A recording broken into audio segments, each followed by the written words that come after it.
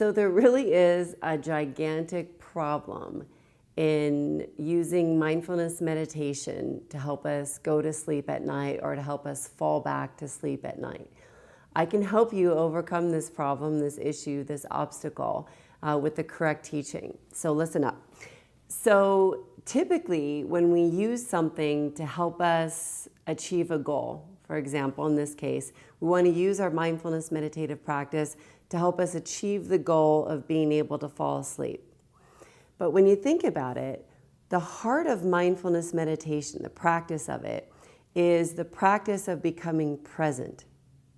So as soon as you use the practice of becoming present as a way of achieving a goal or a future outcome, it will immediately step you out of the practice, right?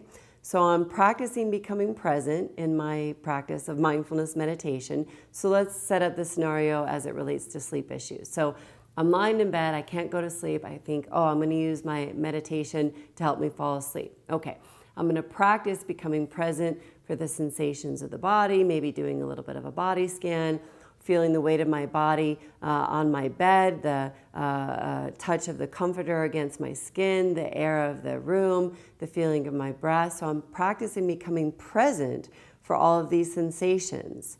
But the problem comes when the mind stays attached or hooked into using this movement of mind into the present to achieve the future result of being able to fall to sleep.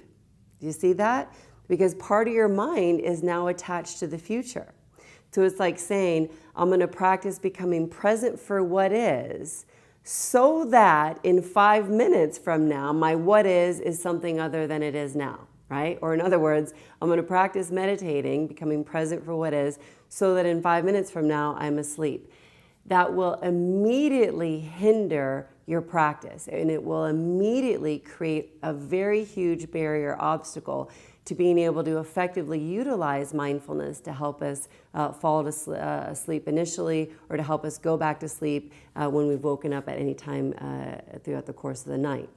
So the resolution to this problem, or the way that we can work through this obstacle, is you really have to watch your mind in this scenario.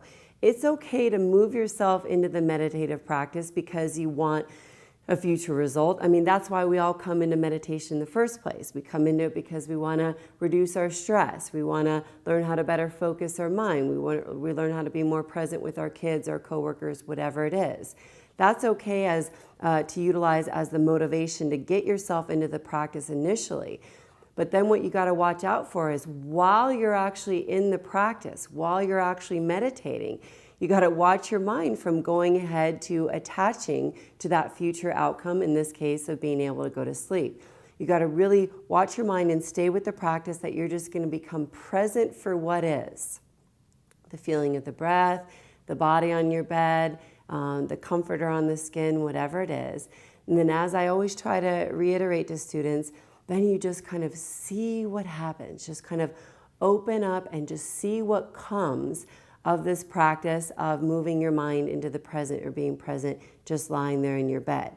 That will help to diminish that kind of mental attachment to that future outcome, which is being able to go to sleep, which will immediately stymie your practice because it moves you out of the present. If you're attached to the future of being able to go to sleep, you ain't practicing becoming present for what is. You're actually trying to change your present moment experience.